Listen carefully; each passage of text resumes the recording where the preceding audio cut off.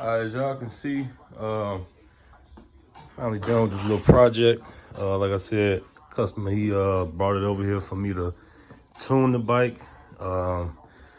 Straighten up the wires just a little bit. He told me don't even worry about the wires, but I just zip tied them up. Fairing, like I said, I just zip tied them up. Looks damn good from what it did, you know.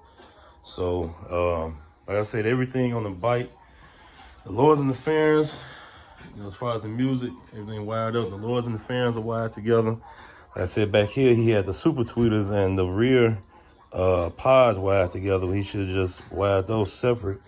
And then on this certain amp, the subwoofer output shares the same output as the rear speaker. So everything is ran, both of those are ran together, but I can still set it with a separate gain. So now it's time to tune.